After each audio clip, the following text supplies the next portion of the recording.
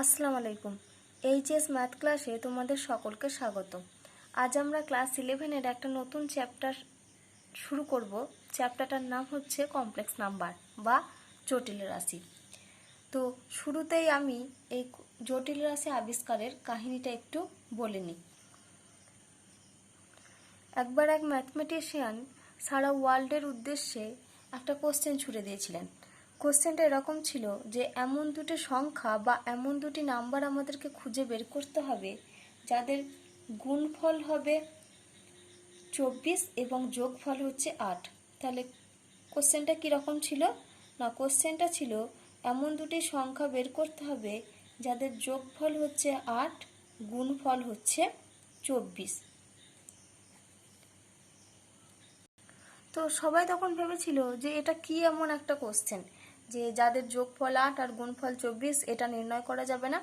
তো আমরা যদি যোগফল 8 এটাকে যদি আমরা দুটো সংখ্যার যোগফল ধরে নিই তাহলে এখান থেকে আমরা কি লিখতে পারি যে x প্লাস ওয়াই দুটি সংখ্যা যদি হয় তাহলে x প্লাস ওয়াই তাদের যোগফল এটা সমান হচ্ছে 8 আর xy সমান হচ্ছে 24।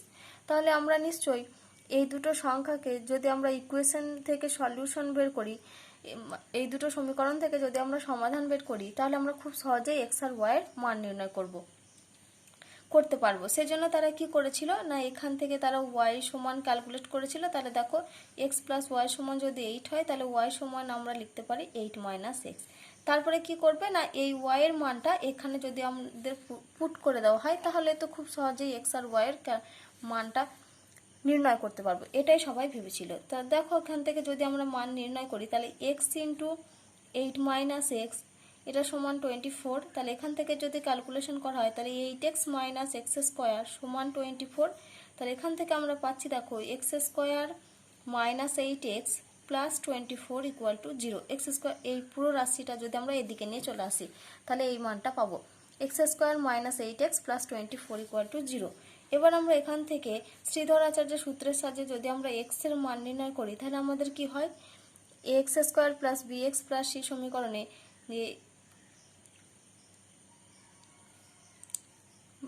আমাদের মাইনাস এক্স সমান minus b plus minus root over b square minus 4ac divided by 2a। তাহলে এখানে দেখো মাইনাস বি মানে এটা মাইনাস 8 আছে, তাহলে এটা হচ্ছে plus 8 plus minus root over b square মানে 8 স্কোয়ার মাইনাস 4ac, তাহলে 4 into 1 into 24 divided by 2a মানে 2 ইন্টু 1। এবার দেখো এটা যদি আমরা ক্যালকুলেশন করি তাহলে আমরা কত পাচ্ছি যে 8 প্লাস মাইনাস রুট ওভার 64 মাইনাস এটা হচ্ছে আমাদের দেখো 24 আর 4 96। তাহলে ডিভাইডেড বাই কত হবে, ডিভাইডেড বাই হচ্ছে 2। তাহলে এখান থেকে আমরা পাচ্ছি দেখো 8 প্লাস মাইনাস রুট ওভার 64 থেকে 96 এটা যদি আমরা মাইনাস করি তাহলে আমরা পাবো দেখো মাইনাস 32 ডিভাইডেড বাই 2। এবার সমস্যায় পড়ে গেছে সবার এই জায়গাটাতে, এই যে plus minus root over minus 32 আমরা তো মানে রুটের ভেতরে মাইনাস এরকম রাশির মান তো কখনোই নির্ণয় করি না, অর্থাৎ এই প্রবলেমটার সলিউশন সম্ভব নয়। তাই এটা ম্যাথের কোনো প্রবলেম নয়, এটা হচ্ছে অন্য কোনো কিছুর প্রবলেম। তো আবার কিছুদিন পরে এরকমই আর একটা কোশ্চেন অ্যারাইজ হয় যেখানে যাদের যোগফলের মান ছিল 10 আর গুণফলের মান ছিল 40, যোগফল 10 গুণফল 40। আবার যখন এই প্রবলেমটা যখন এই সেম প্রসেসে সেম ওয়েতে যখন সলিউশন বের করা হচ্ছে তখন এখানেও দেখছে সেই একই প্রবলেম হাজির হয়ে গেছে, সেটা হচ্ছে রুটের ভেতরে নেগেটিভ সংখ্যা, যার জন্য আমরা কোনো মান নির্ণয় করতে তারা পারছে না। তো তখন তারা আবারও এটাও বলেছিল যে এটাও কোনো ম্যাথের প্রবলেম নয়, এটা অন্য কোনো জায়গার প্রবলেম, কারণ এখানে ম্যাথের সলিউশন করা সম্ভব নয়। এভাবে তারও কিছুদিন পরে আবার এরকম একটা কোশ্চেন এসে হাজির হয় যেখানে তারা এরকম একটা মানে দুটো সংখ্যা নির্ণয় করতে বলে যেখানে যাদের একটা যোগফল গুণফলের মান দেওয়া ছিল কিন্তু সেখান থেকে সলিউশনটা বের করা সম্ভব হয়নি, অর্থাৎ ওই নাম্বার দুটো বের করা যায়নি। তো দেখো একটা কথা চিন্তা করো যে যখন ধরো তোমার শরীরের কোনো একটা জায়গাতে একদিন ব্যথা হলো, তুমি হয়তো তাকে একবার অ্যাভয়েড করলে, কিংবা শরীরের ওই জায়গাটাতে সেম জায়গাতে নেক্সট দিনও ব্যথা করছে তুমি আবার অ্যাভয়েড করলে, কিন্তু যখন তোমার কোনো সেই একই জায়গাতে যদি বারবার আঘাত হয় মানে বারবার যদি কোনো ব্যথা করে তাহলে অবশ্যই তোমার কি করা উচিত, ডাক্তারের সাহায্য নেওয়া উচিত। এই ব্যাপারটাও এখানেও ঠিক সেরকম, যে একবার হয়েছে সেখান থেকে বাদ দেওয়া হয়েছে, দ্বিতীয়বার সেটাও বাদ দেওয়া হয়েছে, কিন্তু তৃতীয়বারে যখন একই সমস্যা এলো তখন কিন্তু তারা এটাকে আর বাদ দিতে পারলো না। তখন তারা চেষ্টা করেছিল যে এই সংখ্যাটার রুটের ভেতরে নেগেটিভ সংখ্যাটার মান তারা কিভাবে নির্ণয় করবে, সেটা কিভাবে তারা বের করতে পারবে সেজন্য। তো সর্বপ্রথম এই প্রবলেমটিকে সলভ করার চেষ্টা করেছিলেন একজন ম্যাথমেটিশিয়ান, তার নাম হচ্ছে কার্ডানো। কার্ডানো তিনি এরকম টাইপের কোনো মানে সংখ্যা থেকে সলিউশন করার বা এরকম কোনো ইকুয়েশন থেকে সমস্যাটি সমাধান করার চেষ্টা করেনি। তিনি সর্বপ্রথম একটা সমস্যার যেখান থেকে সলিউশন বের করার চেষ্টা করছিলেন, সেই মানে কার্ডানো যেটা করছিলেন সেটা হচ্ছে এক্স স্কোয়ার প্লাস 1 = 0 এরকম একটা ইকুয়েশন থেকে এক্স এর মান নির্ণয় করা। তো দেখো এক্স স্কোয়ার প্লাস 1 যদি 0 হয়, তাহলে এখান থেকে আমরা বলতে পারি এক্স স্কোয়ার সমান -1। সেখান থেকে দেখো আমরা বলতে পারি যে এক্স সমান হচ্ছে √/-1। উনি বলেছিলেন যে এই এক্স স্কোয়ার প্লাস 1 = 0 সমীকরণটির সমাধান আছে এই লাইনটাতে। এই এক্স সমান √/-1 এটাই হচ্ছে এক্স স্কোয়ার প্লাস 1 = 0 এই সমীকরণটির সমাধান। তো তখন সবাই খুব অবাক হয়ে গিয়েছিলেন যে কার্ডানোর মতন একজন ম্যাথমেটিশিয়ানও এই কথা বলছে যে রুটের ভেতরে নেগেটিভ সংখ্যা, এটা তো কোনোদিনও সম্ভব নয়। তো তখন ওনাকে সবাই যে জিজ্ঞাসা করতে উনি বলেছিলেন যে যদি রুটের ভেতরে নেগেটিভ সংখ্যা আসে বা নেগেটিভ নাম্বার যদি রুটের মধ্যে আসে তাহলে আমাদের প্রবলেম কোথায়। তো সবাই তখন বলেছিলেন যে এটা তো একটা অবাস্তব সংখ্যা। উনি বলেছিলেন দ্যাটস ইট। উনি বলেছিলেন, কার্ডানো বলেছিলেন যে আমি আসলে চাইছি এমন একটা জগৎ তৈরি করতে যেখানে শুধুমাত্র অবাস্তব সংখ্যা থাকবে। তাহলে উনি কি বলেছিলেন? উনি বলেছিলেন এমন একটা জগৎ তৈরি করতে আমরা চাইছি যেখানে শুধুমাত্র অবাস্তব সংখ্যা থাকবে, আর ওই জগৎটাকে আমরা বলবো অবাস্তব সংখ্যার জগৎ। তাহলে উনি কি বলেছিলেন? উনি চেয়েছিলেন একটা অবাস্তব সংখ্যার জগৎ তৈরি করতে, যেখানে বাস্তবের কোনো অস্তিত্ব থাকবে না। এই অবাস্তব সংখ্যার জগৎ, বা আমরা এটাকে কি বলতে পারি যে এটা একটা কাল্পনিক জগৎ যেখানে কার কোনো অস্তিত্ব নেই, যেখানে হচ্ছে বাস্তব সংখ্যার কোনো অস্তিত্ব নেই। তো ইনিশিয়ালি যখন এটাকে এই এক্স সমান √/-1 এই নাম্বারটাকে কি নাম দেওয়া হয়েছিল? Imaginary number. পরবর্তী ক্ষেত্রে কি করা হয়, এই যে মাজিনারি এই পুরো ওয়ার্ডটা কেটে দিয়ে শুধুমাত্র পড়ে থাকে আই। এই এক্স সমান √/-1 এই পার্টটুকু, মানে এই পুরো পার্ট থেকে এই মাজিনারি পার্টটুকু কেটে দিলে পড়ে থাকবে শুধু আই। তাই আমরা এটাকে সংক্ষেপে কি বলি? আই বলি, যেখানে আই সমান হচ্ছে কত? √/-1। এবার আই সমান √/-1 এইখান থেকে হচ্ছে তোমাদের এই জটিল সংখ্যার জগতের শুরু। জটিল সংখ্যা তাহলে জগতের শুরু আমরা কোথা থেকে পাচ্ছি? এই আই সমান √/-1 থেকে। এবার আমরা এই আই সমান √/-1 এখান থেকে আমরা আই নিয়ে বিভিন্ন ক্যালকুলেশন করব। এই আই এর বিভিন্ন মান, এগুলো নিয়ে তোমাদের পরীক্ষায় এমসিকিউতে অনেক কোশ্চেন দেয়। তাহলে এখন আমরা কি করব? এই আই নিয়ে একটু ক্যালকুলেশন করব। তাহলে দেখো আমরা আই এর মান কত পেলাম? আই মানে হচ্ছে আমাদের √/-1। তাহলে দেখো যখন আমাদের i⁻1, আই মানে হচ্ছে i⁻1, তাহলে i⁻1কে আমরা কি লিখছি? আই লিখছি। এবার আমি পাওয়ারগুলো আস্তে আস্তে বাড়াতে থাকছি। এবার আমি লিখছি আই স্কোয়ারের মান কত? তাহলে আই মানে যদি √/-1 হয় তাহলে আই স্কোয়ার সমান কত হবে? √/-1 এর হোল স্কোয়ার। তাহলে √/-1 এর হোল স্কোয়ার, তার মানে এটা কত? নিশ্চয়ই -1, কারণ রুটের বাইরের স্কোয়ারটার জন্য শুধুমাত্র পড়ে থাকবে ভেতরের রাশিটা। তাহলে ভেতরের রাশিটার কত আছে? -1। তাহলে আই স্কোয়ারের ভ্যালু হচ্ছে -1। এবার আমরা নির্ণয় করব আই কিউবের ভ্যালু।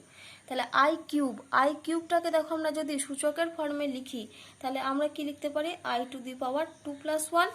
তাহলে 2 আর 1 যোগ করলে দেখো 3 আসবে। এবার এটাকে আমরা দুটো পার্টে লিখছি। তাহলে এখানটা লিখছি দেখো আই স্কোয়ার ইন্টু আই। এবার দেখো আই স্কোয়ারের ভ্যালু আমরা কত পেয়েছি? -1। আর আই এর মান দেখো আমরা আই আকারেই লিখেছি। তাহলে -1 ইন্টু আই, তার মানে এর মান আমরা কত পেলাম? -i। এবার আমরা নির্ণয় করব i⁴ এর ভ্যালু। তাহলে i⁴কে দেখো আমরা আই স্কোয়ারের হোল স্কোয়ার লিখতে পারি। এটা লেখা যায় আই স্কোয়ারের হোল স্কোয়ার। তাহলে আই স্কোয়ারের মান দেখো আমরা পেয়েছি -1। তাহলে এটাকে আমরা লিখতে পারি দেখো -1 এর হোল স্কোয়ার, -1 এর হোল স্কোয়ার মানে সেটা হয়ে যাবে আমাদের +1। তাহলে দেখো i⁻1 সমান i স্কোয়ার সমান হচ্ছে -1, i কিউব সমান হচ্ছে -i, আর i⁴ সমান 1। এবার এটা আমরা i থেকে i⁴ পর্যন্ত ক্যালকুলেশন করলাম। এবার আমরা এদিকে সাইডে ক্যালকুলেশন করব কত থেকে, না i⁵ থেকে শুরু করছি। দেখো i⁵টাকে আমরা কিরকম আকারে ভেঙে লিখতে পারি, দেখো i⁴ ইন্টু i, অর্থাৎ আমরা 5-এর জায়গায় কত লিখছি, 4 + 1, 5-এর জায়গায় 4 + 1 লিখছি। তাহলে এটাকে যদি সূচকের নেমে ভাঙি তাহলে আমরা কি পাবো, দেখো i⁴ ইন্টু i⁴1, আবার i⁴ এর ভ্যালু দেখো আমরা কত পেয়েছি, 1। তাহলে এটা 1 ইন্টু i, তাহলে এখান থেকে আমরা পাচ্ছি দেখো 1 ইন্টু i, অর্থাৎ এর ভ্যালু আমরা পেলাম i। তাহলে ভ্যালুর আমরা ভ্যালু কত পেলাম, i। এবার আমরা নির্ণয় করব i⁶ এর ভ্যালু। তাহলে i⁶ কে আবার কি কারে লেখা যায়, দেখো i এর স্কোয়ারের হোল কিউব। তাহলে i স্কোয়ারের হোল কিউব, i স্কোয়ারের মান কত, দেখো -1, তার মানে এটা হচ্ছে আমাদের -1 এর কিউব, -1 এর কিউব মানে তার মানটা কত হয়ে যাবে, -1। তাহলে i⁶ এর ভ্যালু আমরা পাচ্ছি -1। এবার আমরা নির্ণয় করব i⁷। তাহলে i⁷ কে আমরা কি আকারে লিখতে পারি, দেখো i⁴ + 3। এই যে 7টাকে আমরা 4 আর 3-এ ভেঙে রেখেছি। এবার দেখো i⁴ এরও আমরা ভ্যালু জানি, i কিউবেরও আমরা ভ্যালু জানি। তাহলে এটাকে আমরা আবার পার্টে লিখলে পাবো i⁴ into i cube. i⁴ এর ভ্যালু দেখো আমরা কত পেয়েছি, 1, ইন্টু i কিউবের ভ্যালু দেখো আমরা পেয়েছি -i। তাহলে 1 ইন্টু -i, তার মানে এর ভ্যালুটা আমরা পাচ্ছি -i। এবার আমরা নির্ণয় করব i⁸ এর ভ্যালু। তাহলে i⁸ মানে কত আমরা লিখতে পারি, দেখো i⁴ এর হোল স্কোয়ার, আবার i⁴ মানে কত, 1। তাহলে 1 এর স্কোয়ার মানে হচ্ছে 1। এবার দেখো একটা জিনিস খেয়াল করে, যে যখন আমরা i থেকে i⁴ এর ভ্যালুগুলো বের করেছিলাম, সেখানে আমাদের দেখো i, -1, -i আর 1 এর মধ্যে সীমাবদ্ধ ছিল। একই রকমভাবে যখন আমরা i⁵ থেকে i⁸ এর ভ্যালু বের করছি, সেখানেও দেখো আমাদের পুরো এই সিরিয়ালটাই ঘুরিয়ে এসেছে। i, তারপরে দেখো i⁶ হচ্ছে -1, i⁷ হচ্ছে দেখো -i, আবার i⁸ হচ্ছে 1। অর্থাৎ এখান থেকে দেখো প্রথম চারটে যদি আমরা ক্রমিক এর পাওয়ারগুলো যদি ক্রমিক নিচ্ছি, সেখানে দেখো এই সিরিয়ালটা ফিরে চলে আসছে। এই যে i⁴ i⁴ মানে i square, i cube, i⁴। এখানে দেখো পাওয়ারগুলো কত কত আছে পরপর 1 2 3 4, সেখানে আমাদের ভ্যালুগুলো দেখো i -1 -i 1। আবার এখানেও দেখো যদি আমরা পরপর নিই যে আয়ের পাওয়ারগুলো 5 6 7 8, সেখানেও দেখো এখান থেকে আমরা কি লিখতে পারছি, এখানে আমাদের ভ্যালু কত কত এসেছে i -1 -i আর 1। তাহলে দেখো এখানে i এর মানটা এই i -1 -i আর 1 এর মধ্যে সীমাবদ্ধ থাকছে। i এর পাওয়ার যাই হোক না কেন, এগুলোর মধ্যেই তোমাদের মান আসবে। এবারে ধরো তোমাকে নির্ণয় করতে দিল যে i�77 এর মান। তাহলে দেখো i�77 এর মান নির্ণয় তোমরা এখান থেকে খুব সহজেই তোমরা বের করতে পারবে। তো তোমরা সবসময় চেষ্টা করবে কি, যে যেটা পাওয়ারে থাকবে, এখানে যেমন পাওয়ারে কত রয়েছে 77, এই 77 এর সব থেকে কাছাকাছি 4 এর গুণিতকে কোন সংখ্যা রয়েছে। তাহলে আমরা কি খুঁজবো, সবার প্রথমে এই 77 এর কাছাকাছি 4 এর গুণিতকে কোন সংখ্যা রয়েছে। তাহলে আমরা জানি 76 সংখ্যাটা হচ্ছে 4 এর গুণিতক, কারণ 4 আর 19 যদি 4 19-এ আমাদের কত হয় 76। তাহলে এইখানটাতে 77কে আমরা কিভাবে ভেঙে লিখতে পারি, দেখো i⁴ + 1 আকারে। তা এবার আমরা কি করব, এই দুটোকে পার্টে ভাঙবো। তাহলে এখানে লিখছি i⁴ ইন্টু i⁴1। এবার i⁴ যেহেতু এটা 4 এর গুণিতক আমরা লিখতে পারবো, সেজন্য এটাকে আমরা 76টাকে কি করছি, দেখো i⁴ হোল টু দি পাওয়ার 19। তাহলে 4 আর 19 গুণ করলে কত হবে, সেই 76, এই রাশিটা দেখো ফিরে আসছে, ইন্টু আছে i। তাহলে i⁴ এর ভ্যালু দেখো আমরা আগেই নির্ণয় করে রেখেছি কত, 1। তাহলে 1 টু দি পাওয়ার কত আসছে, 1 to the power 19 into i। তাহলে এখান থেকে 1 এর পাওয়ার যাই হোক না কেন, তার ভ্যালু হয় কত, তার ভ্যালু হয় সবসময় 1। তাহলে 1 ইন্টু i মানে এই মানটা কত হবে, এর মানটা হবে i। অর্থাৎ আমরা কি পেলাম, না i�77 এর ভ্যালু হচ্ছে পেলাম আমরা i। এবার আমরা আরেকটা অঙ্ক করব, সেটা হচ্ছে i⁻102 এর ভ্যালু কত। তাহলে দেখো এখন আমরা নির্ণয় করছি কত, i⁻102। তাহলে 102 এর আমাদেরকে কি দেখতে হবে, 102 এর কাছাকাছি মানে 4 এর গুণিতকে কোন সংখ্যা আছে। নিশ্চয়ই 100 আছে, কারণ 4 আর 25 গুণ করলে আমরা পাই 100। তাহলে এটাকেও আমরা সেম প্রসেসে কি করছি, i⁻100 + 2 লিখলাম। এই 102 এর জায়গাতে আমরা লিখছি 100 + 2। এবার আমরা কি করব, দুটো পার্টে নিশ্চয়ই আলাদা করব, জানো, i⁻100 × i²। এবার i⁻100 কে আমরা কি ফর্মে লিখতে পারি, দেখো, i⁻4 × 25, কারণ 4 × 25 গুণ করলে আমাদের কত আসবে, 100 আসবে, ইন্টু i²। এবার i⁻4 এর ভ্যালু আমরা জানি হচ্ছে 1, তাহলে 1 টু দি পাওয়ার হচ্ছে 25 ইন্টু i² এর ভ্যালু হচ্ছে -1।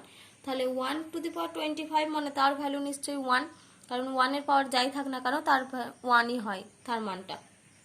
তাহলে এখান থেকে 1 × -1, তাহলে ক্যালকুলেশন আমরা করলাম -1। তাহলে i⁻102 এর ভ্যালু আমরা পাচ্ছি -1। দেখো এখানে আমাদের যে সংখ্যাগুলো দিয়েছিল 77, 102, এই সংখ্যাগুলো দেখে আমরা খুব সহজে এখান থেকে 4-এর গুণিতকের কাছাকাছি সংখ্যাটা আমরা নির্ণয় করতে দিয়েছিলাম। কিন্তু ধরো আমাদেরকে এমন একটা সংখ্যা দিল যে যেখানে আমাদের দেখো 4-এর গুণিতক বের করতে একটু অসুবিধা হবে। যেমন এখানে যদি আমাদেরকে একটা সংখ্যা মান নির্ণয় করতে দেয় যে i⁻2441139, তাহলে এটা হচ্ছে একটা অনেক বড় সংখ্যা। তাহলে দেখো এটার কাছাকাছি যদি আমরা 4-এর গুণিতক বের করতে চাই, তাহলে সেখানে দেখো আমাদের অনেকটা টাইম লাগবে, অনেকটা কষ্টসাধ্য ব্যাপার। তো এরকম বড় সংখ্যার ক্ষেত্রে আমরা কি করব, তার জন্য আবার একটা নতুন রুলস আছে। তো আমি রুলসটা একটু বলে দিই। দেখো রুলসটা বলার আগে আমি একটা জিনিস বলি। এখানে দেখো আমরা কি লিখেছিলাম যে i⁻1 এর ভ্যালু আমরা পেয়েছিলাম i। আমি দেখো যে যে ভ্যালুগুলো পেয়েছিলাম সেগুলো সাইডে একটু লিখে রেখেছি। i⁻1 সমান i, i² সমান -i, i³ হচ্ছে -i, আর i⁻4 হচ্ছে 1। এবার দেখো আমরা এই 1কে কি করব, 4 দিয়ে ভাগ করছি। তাহলে দেখো আমি যদি এখানে 1কে ভাগ করি, এখানে কি করছি, 1টাকে আমরা কত দিয়ে ভাগ করছি, 4 দিয়ে। এবার 4 তো 1 এইভাবে তো ভাগ যায় না, তার মানে এটা কত দিয়ে যাবে, নিশ্চয়ই 0 দিয়ে যাবে। তাহলে এখানে 0 দিলাম, তাহলে 4 0 0, তাহলে ভাগশেষ হচ্ছে আমাদের কত, 1। তো এখানে কত পেলাম আমরা, ভাগশেষ হচ্ছে 1। তাহলে দেখো যদি এখানে দেখো আমরা ভাগশেষ 1 পাচ্ছি, আবার একই রকমভাবে যদি আমরা, তাহলে এখানে দেখো আমরা কত পাচ্ছি, ভাগশেষ 1 পেলাম। তো এবার আমরা দেখো i⁻5 এর ভ্যালু নিয়েছি। এবার 5কে আমরা যদি 4 দিয়ে ভাগ করি, তাহলে এখানে দেখো 4 কতবার যাবে, একবার, তাহলে 4 একে 4, ভাগশেষ কত থাকছে, 1। অর্থাৎ দেখো এখান থেকে আমরা একটা জেনারেল রুল পাচ্ছি যে যদি ভাগশেষ আমাদের 1 হয়, ভাগশেষ যদি 1 হয়, তাহলে সেক্ষেত্রে আমাদের আয়ের ভ্যালু কত হচ্ছে, আয়ের ভ্যালু হচ্ছে i। তাহলে আমরা কি পেলাম, যে যদি যে সংখ্যাটা দেওয়া থাকবে সেই সংখ্যাটার ভাগশেষ যদি 1 হয়, তাহলে তার ভ্যালু আমরা কত পাবো, তার ভ্যালু আমরা পাবো i। একই রকমভাবে সেম প্রসেসে আমরা 2টাকে যদি ভাগ করি, তাহলে 4 এখানে 2 দিয়ে ভাগ করছি, তাহলে এখানে নিশ্চয়ই 2 যাবে না, তাহলে এটা কতবার যাবে, 0 বার যাবে, তাহলে 4 0 0, তাহলে এখানে ভাগশেষ পাচ্ছি আমরা 2। একই রকমভাবে 6কে যদি আমরা ভাগ করি, তাহলে এখানে দেখো 4 একে 4, ভাগ শেষ হচ্ছে 2। তাহলে আমরা কি পেলাম, দেখো এখান থেকে আরেকটা ফর্ম পেলাম যে যে সংখ্যাটা থাকবে সেই সংখ্যাটাকে যদি আমরা 4 দিয়ে ভাগ করি, তাহলে ভাগশেষ যদি 2 হয়, ভাগশেষ যদি 2 হয়, তাহলে সেক্ষেত্রে আমাদের আয়ের ভ্যালু কত দাঁড়াবে, এই দেখো -1। তাহলে এখানেও কত, এই যে i², এই 2কে যখন আমরা 4 দিয়ে ভাগ করেছি, দেখো ভাগশেষ হয়েছে 2, তাহলে তার ভ্যালু হচ্ছে -1। সিমিলারলি 6কে যখন আমরা 4 দিয়ে ভাগ করেছি, ভাগশেষ দেখো হয়েছে 2, সেই জন্য i⁻6 এর ভ্যালু হচ্ছে -1। একই রকমভাবে তোমরা 3টা নিজেরা করে নেবে, 3 আর 7টা, আমি 4টা দিয়ে দেখো বলে দিচ্ছি। তাহলে 4কে যদি আমরা ভাগ করি, তাহলে 4 একে 4, তার মানে ভাগশেষ হচ্ছে 0, অর্থাৎ এটা বিভাজ্য হয়ে যাচ্ছে। একই রকমভাবে 8কে যদি আমরা ভাগ করি, তাহলে দেখো 4 2 8, এটাও দেখো মিলে গিয়ে ভাগশেষ হচ্ছে 0, অর্থাৎ 0 ভাগশেষ বা যদি বিভাজ্য হয়ে যায়, তাহলে সেক্ষেত্রে আমাদের রাশিটার মান কত দাঁড়াবে, সেক্ষেত্রে মান দাঁড়াবে 1। তাহলে এখন আমরা একটু নতুন নিয়ম শিখলাম যে রাশিটাকে, তাহলে আমি এখানে একটু লিখে দিই। লিখে দিচ্ছি কি, যে 4 দিয়ে ভাগ করলে, তাহলে যে সংখ্যাটার তোমাদের মান নির্ণয় করতে দেওয়া থাকবে সেই সংখ্যাটাকে আমাদের শুরুতে কি করতে হবে, 4 দিয়ে ভাগ করতে হবে। 4 দিয়ে ভাগ করলে এবার আমরা লিখছি ভাগ শেষ। এখানে আমাদেরকে কার মান নির্ণয় করতে হচ্ছে, ভাগ শেষের মান নির্ণয় করতে হচ্ছে। ভাগ শেষ যদি 1 হলে তার ভ্যালু হচ্ছে কত, ভাগশেষ 1 হলে তার ভ্যালু আমরা কত পাচ্ছি, i। ভাগশেষ 1 হলে ভ্যালু হচ্ছে i। ভাগশেষ যদি 2 হয় তার ভ্যালু হচ্ছে -1। ভাগশেষ যদি 3 হয় তাহলে তার ভ্যালু হচ্ছে -i। আর ভাগশেষ যদি 0 হয়, অর্থাৎ যদি এটা সম্পূর্ণভাবে বিভাজ্য হয়ে যায়, তাহলে তার ভ্যালু হচ্ছে 1। তাহলে আমি আরেকবার বলে দিই রুলসটা, যে সংখ্যাটার i এর পাওয়ারে যে সংখ্যাটা থাকবে সেই সংখ্যাটার মানে ওটার মান যদি তোমাদেরকে নির্ণয় করতে দেয়, তাহলে সেটা যদি 4 দিয়ে ভাগ করে, তাহলে সংখ্যাটাকে শুরুতে কি করতে হবে, 4 দিয়ে ভাগ করতে হবে। 4 দিয়ে ভাগ করার পরে ভাগশেষ যদি 1 হয় তাহলে তার ভ্যালু হবে i। ভাগশেষ যদি 2 হয় তার ভ্যালু হবে -1। ভাগশেষ 3 হলে হবে -i। আর ভাগশেষ যদি 0 হয় তাহলে তার ভ্যালু হবে 1। এবার আমরা নির্ণয় করব এই সংখ্যাটার বা এই রাশিমালাটার ভ্যালু কত হবে। তাহলে দেখো আমাদের রাশিমালাটা কত ছিল, i⁻² 2441139, এই রাশিমালাটা আমাদের ছিল। তো 4 দিয়ে ভাগ করা ভাগশেষ থাকার যেটা রুলস আছে সেটা হচ্ছে আমাদেরকে এই রাশিটাকে যদি দেখো আমরা পুরোটাই 4 দিয়ে ভাগ করতে যাই তাহলে আমাদের অনেকটা টাইম লাগবে। তো পুরো রাশিটাকে 4 দিয়ে ভাগ করাও যা, আর লাস্টের দুটো ডিজিট নিয়ে রাশিটাকে 4 দিয়ে ভাগ করলে যা ভাগশেষ থাকবে, আর পুরো রাশিটাকে 4 দিয়ে ভাগ করলে একই ভাগশেষ থাকবে। তো সেই জন্য আমরা কি করব, এই শুধুমাত্র লাস্টের দুটো ডিজিটকে আমরা 4 দিয়ে ভাগ করব। তাহলে লাস্টে আমাদের কত আছে, 39 আছে। তাহলে 39কে যদি আমরা 4 দিয়ে ভাগ করি তাহলে আমাদের এখানে কতবার যাবে, এখানে হচ্ছে 4 9 36, তাহলে 6 আর কয় 9 3 9। তাহলে ভাগশেষ হচ্ছে কত, আমাদের ভাগশেষ পড়ে রইল কত, ভাগশেষ হচ্ছে 3। তাহলে ভাগশেষ যদি 3 হয় তাহলে ভাগশেষ 3 হলে তার মান কত হবে, আমরা বলেছিলাম -i। অর্থাৎ এখানে i⁻²2441139 এই ভ্যালুটার আমাদের মান কত দাঁড়াবে, -i, যেহেতু এর ভাগশেষ কত এসেছে 3। এবার তোমাদের মনে একটা প্রশ্ন জাগতে পারে যে এই পুরো সংখ্যাটাকে 4 দিয়ে ভাগ করলে যা ভাগশেষ থাকবে আর লাস্টের ডিজিট দুটোকে নিয়ে যদি ভাগ করা হয় তাহলে সেম ভাগশেষ থাকবে, এটা কি করে সম্ভব হয়। তাহলে আমি তোমাদেরকে একটা ছোট্ট এক্সাম্পল দিই। ধরো তোমাদের একটা সংখ্যা দেওয়া আছে 998015, এটার একটা সংখ্যা আছে। এটা তোমাদেরকে নির্ণয় করতে হবে কি, 4 দিয়ে ভাগ করলে ভাগশেষ কত থাকবে। তাহলে এই সংখ্যাটাকে দেখো আমরা এরকম ফর্মে লিখতে পারি কি, যে 9980 ইন্টু 100 প্লাস 15। দেখো তো এই সংখ্যাটাতে আমরা লিখতে পারি কি না, হ্যাঁ নিশ্চয়ই পারি, কারণ 9980 আর তারপরে আসবে তোমাদের দুটো শূন্য, আর ওই দুটো শূন্যের সঙ্গে সঙ্গে যদি শুধুমাত্র আমাদের কত যোগ হবে 15, তাহলে এখান থেকে টোটাল রাশিটা দেখো আমরা এই মানটা পাবো 998015। এবার দেখো পুরো রাশিটাকে আমরা কত কি করছি, এই পুরো রাশিটাকে আমরা 4 দিয়ে ডিভাইড করছি। তাহলে এই পুরো রাশিটাকে 4 দিয়ে ডিভাইড করা মানে এই রাশিটাকেও নিশ্চয়ই 4 দিয়ে ডিভাইড করা। তাহলে এখানে দেখো যেহেতু এখানে মাঝখানে প্লাস আছে, তার মানে এখানে দেখো আমরা দুটোকে বাই পার্টে লিখতে পারি। তাহলে এক্ষেত্রে আমরা কি করছি দেখো 9980 ইন্টু 100 ডিভাইডেড বাই 4 করতে পারি, প্লাস 15/4 করতে পারি, 15/4 করতে পারি। এটা নিশ্চয়ই আমরা দুটো পার্টে ভাঙতে পারি, এটা তোমরা নিশ্চয়ই জানো। এবার আমাদের দেখো এই 4 আর 100 এই দুটো 4 আর 100 কাটাকাটি যাচ্ছে, এখানে দেখো 25 হচ্ছে। কিন্তু এখানে দেখো 15 আর 4 এই দুটো কিন্তু কাটাকাটি যাচ্ছে না, এখানে অবশ্যই কি হবে, এখানে অবশ্যই আমাদের একটা ভাগশেষ থাকবে। কিন্তু এটা যেহেতু কাটাকাটি চলে গেল, তার মানে আমরা বুঝতেই পারছি আমাদের যে ভাগশেষ আসার কথা সেটা আমাদের এই পার্টটুকু থেকে আসবে না, কারণ এই পার্টটুকু আমাদের অলরেডি 4 দ্বারা বিভাজ্য। তাহলে ভাগশেষ আসার কথা সেটা কোন পার্টটা থেকে, এই যে লাস্টের পার্ট দুটো থেকে। যেহেতু এখানে দেখো 15 আর 4কে যদি আমরা ভাগ করি তাহলে এখানে দেখো আমাদের ভাগশেষ, এখান থেকে আমরা একটা ভাগশেষ পাবো। সেজন্যই আমি তোমাদের এখানে বলেছিলাম যে একটা পুরো সংখ্যাকে 4 দিয়ে ভাগ করলে যা ভাগশেষ থাকবে, আমরা যদি লাস্টের দুটো ডিজিট নিয়ে ভাগ করি তাহলে ভাগশেষটা সেম থাকবে, শুধুমাত্র আমরা এই ঘটনাটার জন্য লিখতে পারি। তাহলে এতক্ষণ দেখো আমরা আয়ের বিভিন্ন পাওয়ারের কিভাবে মান দেওয়া থাকলে সেখান থেকে আমরা কিভাবে ক্যালকুলেশন বের করব সেটা আমরা শিখলাম। এবার দেখো আমি তোমাদেরকে দেখাচ্ছি, আমরা তো আয়ের প্রত্যেকটার মান জানি, একদম আই থেকে i⁴ পর্যন্ত মান নির্ণয় করেছি, আবার i⁸ পর্যন্ত মান নির্ণয় করছি।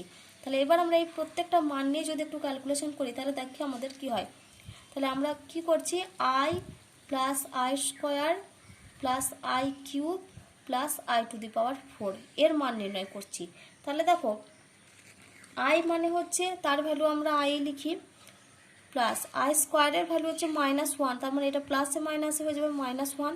তারপরে দেখো i³ ভ্যালু আমরা কত জানি, -i, তাহলে এটা আমরা লিখছি -i প্লাস i⁴ মানে হচ্ছে 1, তাহলে +1।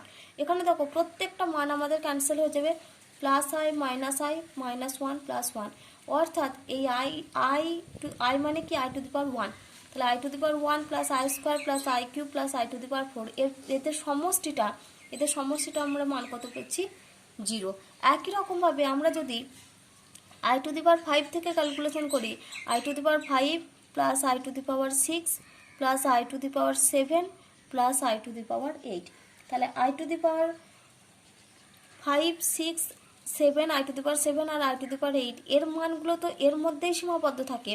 তাহলে এখানে যদি ক্যালকুলেশনে 0 আসে, তার মানে অবশ্যই আমরা কি বলতে পারছি, এর ভ্যালুটাও নিশ্চয়ই আমাদের 0 হবে।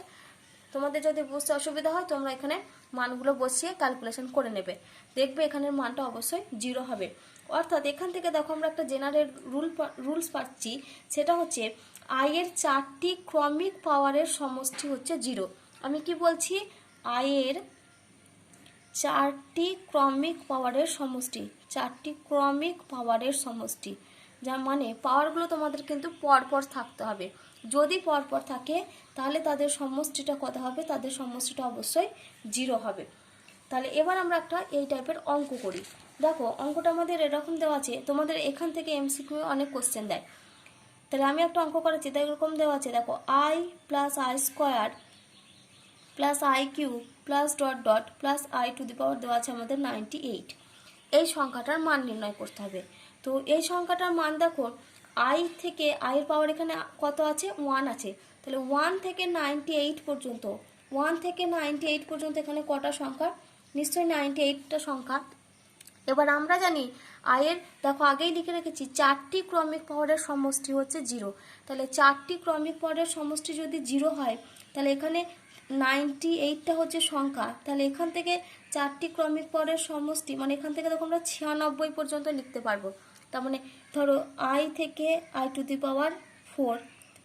এটা একটা লিখতে পারি 4টে সংখ্যা, আবার i⁵ থেকে দেখো আমরা লিখতে পেরেছি i⁸ তাহলে এরকম করে করে 4, 24 যেহেতু 96 হয়, তাহলে আমরা এখান থেকে 24টা পর্যন্ত লিখবো, 24টা এরকম সংখ্যা লিখবো, মানে 4টে 4টে করে, যেখানে আমাদের মানগুলো কত আসবে, 0 আসবে। তাহলে 24 আর 4কে যদি আমরা গুণ করি তাহলে আমরা পাচ্ছি কত, 96। কিন্তু আমাদের এখানে মান নির্ণয় করতে হবে দেখো 98-এর, তাহলে 96 পর্যন্ত অলরেডি আমরা 0 পেয়ে যাচ্ছি, তাহলে বাকি পড়ে রয়েছে কত, 97 আর 98, তাহলে i⁴ প্লাস i⁴ এবার আমরা কি করব, এই আমরা সবাই জানি 97 আর 98 এর আমাদের ক্যালকুলেশনের নিয়ম কি না, 97কেও আমরা 4 দিয়ে ভাগ করব, 98কেও আমরা 4 দিয়ে ভাগ করব, ভাগ করে যেটাই আমাদের ভাগশেষ আসবে সেটাই হচ্ছে আনসার। তো তোমরা যদি ভাগটা করো তাহলে দেখবে এর মান আসবে i আর এর ভ্যালু আসবে -1। তাহলে এখানে অ্যাকচুয়ালি এটা প্লাস হবে, দিয়ে এখানে মানটা আসবে -1, তার মানে মানটা আমাদের দাঁড়ালো কত, i-1। অর্থাৎ এই পুরো রাশিমালাটা এই i⁴ plus i² plus i³ থেকে প্লাস i⁴98, এই রাশিমালাটার আমরা ভ্যালু কত পাবো, i-1। তোমাদের এই টাইপের অঙ্ক পরীক্ষার খাতাতে দেয়, তো তোমরা এখানের এই পাওয়ারের রুলসগুলো আমি যেগুলো বলে দিলাম সেগুলো তোমরা মাথায় রাখবে এবং একটু ভালো করে দেখবে।